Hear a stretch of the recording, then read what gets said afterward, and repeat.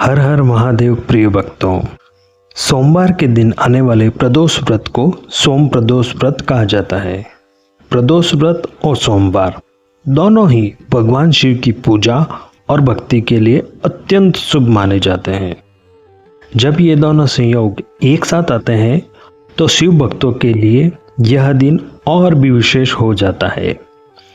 मान्यता है कि इस दिन श्रद्धा और विश्वास के साथ भगवान शिव की आराधना करने से और सोम प्रदोष व्रत कथा सुनने से भक्तों के आर्थिक संकट दूर होते हैं। आज हम जानेंगे भगवान शिव का सरल पूजन विधि और सोम प्रदोष व्रत कथा के बारे में। मित्रों, यदि कथा पसंद आए तो वीडियो को लाइक और शेयर करें। यदि आप चैनल पर नए हैं तो चैनल को सब्सक्राइब करें। चलिए अब श्री गणेश करते हैं सरल पूजन विधि के साथ। प्रदोष व्रत के दिन सुबह जल्दी उठकर स्नान करें और साफ कपड़े पहनें। घर के मंदिर में दीप जलाकर शिव परिवार की दैनिक पूजा करें। इसके बाद व्रत का संकल्प करें। प्रदोष व्रत की मुख्य पूजा हमेशा शाम को सूर्यास्त से लगभग 45 मिनट पहले और 45 मिनट के बाद के समय प्रदोष काल में की जाती है। शाम को दोबारा स्नान करें या हाथ पैर धोकर साफ कपड़े पहनें। शिवजी का पंचोपचार या षोडशोपचार पूजन करें। यदि घर में शिवलिंग है तो जल, गंगा जल या पंचामृत से अभिषेक करें।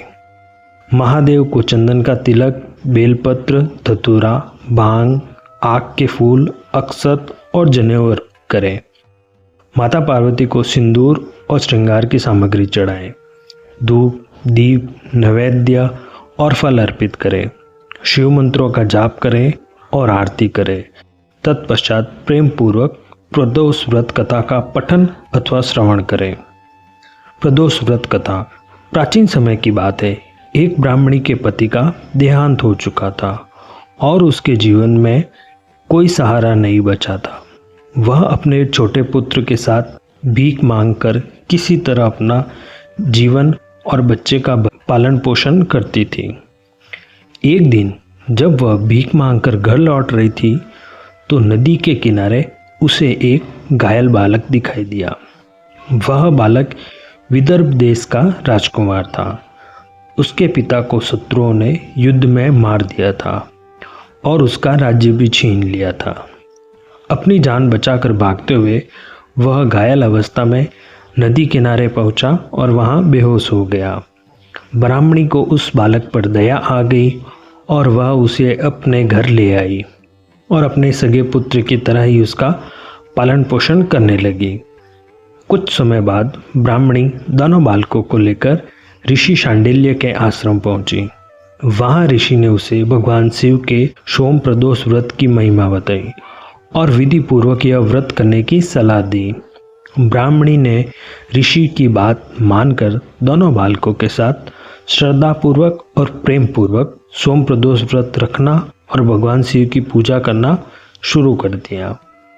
एक दिन दोनों बालक वन में घूमने गए। वहां उनकी मुलाकात कुछ गंधर्व कन्याओं से हुई। ब्राह्मण का पुत्र तो वापस घर लौट आया, लेकिन राजकुमार वहीं रुक गया। उसकी मुलाकात अंशुमति नाम की एक गंधर्व कन्या से हुई। दोनों के बीच बातचीत में स्नेह उत्पन्न हो गया। अगले दिन राजकुमार फिर उसी स्थान पर पहुंचा। इस बार अंशुमति के माता पिता भी वहां मौजूद थे। मान्यता है कि भगवान शिव ने गंधर्व राज को स्वप्न में आदेश दिया था कि अपनी पुत्री अंशुमति का विवाह इसी राजकुमार से करे। भगवान शिव की आज्ञा को स्वीकार करते हुए गंधर्व राज ने अपनी पुत्री का विवाह उस राजकुमार से कर दिया। विवाह के बाद गंधर्व राज ने राजकुमार की सहायता के लिए अपनी सेना दी। उस सेना की मदद से राजकुमार ने अपने शत्रुओं पर आक्रमण किया और अपना खोया हुआ विदर्भ राज्य वापस प्राप्त कर लिया। वह फिर से अपने राज्य का राजा बन गया। राजा बनने के बाद उसने उस ब्राह्मणी को, जिसने कठिन समय में उसे अपने पुत्र की तरह पाला था, उसे राजमाता का सम्मान दिया और उसके पुत्र को अपना प्रधानमंत्री बना दिया। इस प्रकार जिस ब्राह्मणी का जीवन कभी गरीबी, दुख और संघर्ष से भरा हुआ था, वही जीवन भगवान शिव की कृपा से सम्मान, सुख और समृद्धि से भर गया।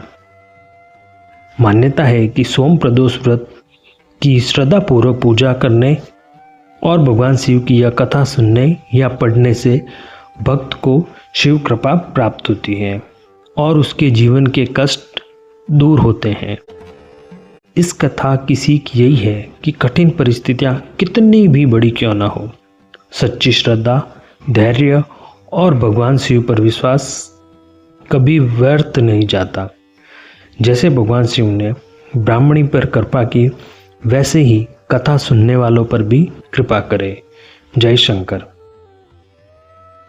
प्रिय भक्तों, अगर आपको यह कथा अच्छी लगी हो तो कमेंट में हर हर महादेव अवश्य लिखें। वीडियो को लाइक एंड अन्य शिव भक्तों के साथ शेयर करें। ऐसी ही पौराणिक कथाएं, यात्राएं और जानकारियों के लिए चैनल को सब्सक्राइब कर लें। महादेव की कृपा आप सब पर बनी रहे। कल फिर मिलते हैं एक और अद्भुत पौराणिक कथा के साथ। तब तक के लिए हर हर महादेव, हर हर महादेव, हर हर महादेव।